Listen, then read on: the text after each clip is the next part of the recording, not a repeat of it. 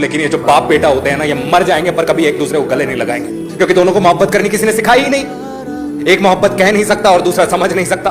एक बेटा कभी नहीं समझ सकता कि उसका जो बाप है वो उसका हाथ छोड़ देगा पर उसका साथ कभी नहीं छोड़ेगा। यार, ये जो पापा का प्यार होता है ना, ये हमेशा आदतों में समझ आता है।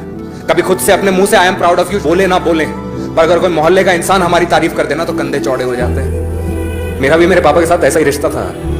3 साल तक हमने कभी एक दूसरे से बात नहीं करी। फिर अचानक से पता चला कि दादी एक्सपायर हो गई, और जिस दिन दादी की डेथ हुई उस दिन पहली बारी पापा और मैं एक गाड़ी में बैठे।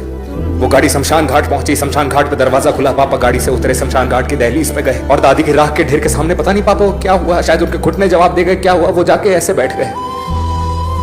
और उस दिन जब पापा को पहली बार अपने घुटनों पे देखा ना, तो कुछ समझ नहीं आया, बस ये समझ आया कि एक बाप क्या होता है। जिंदगी के तराजू में अपनी सांसें गिरवी रख के अपने बच्चों के लिए सांसें खरीदता है, ये होता है बाप।